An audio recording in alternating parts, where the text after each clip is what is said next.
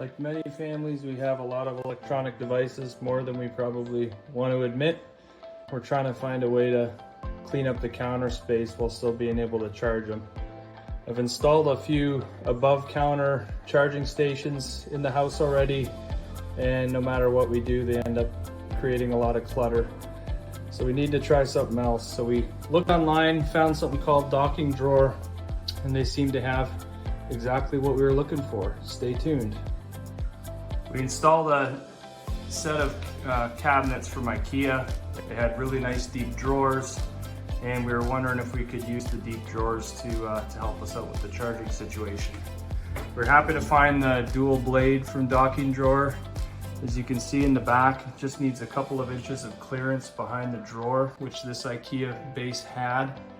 And the only other complication was just making sure there was a receptacle underneath the cabinet or the counter to be able to plug into. But as you can see, it's got a lever arm at the back to eliminate pull on the cable when you're moving the drawer in and out, and a nice low profile design keeps it tucked away nicely. So with the dual blade installed, you can fit at least as many devices that were on top of the counter inside of it.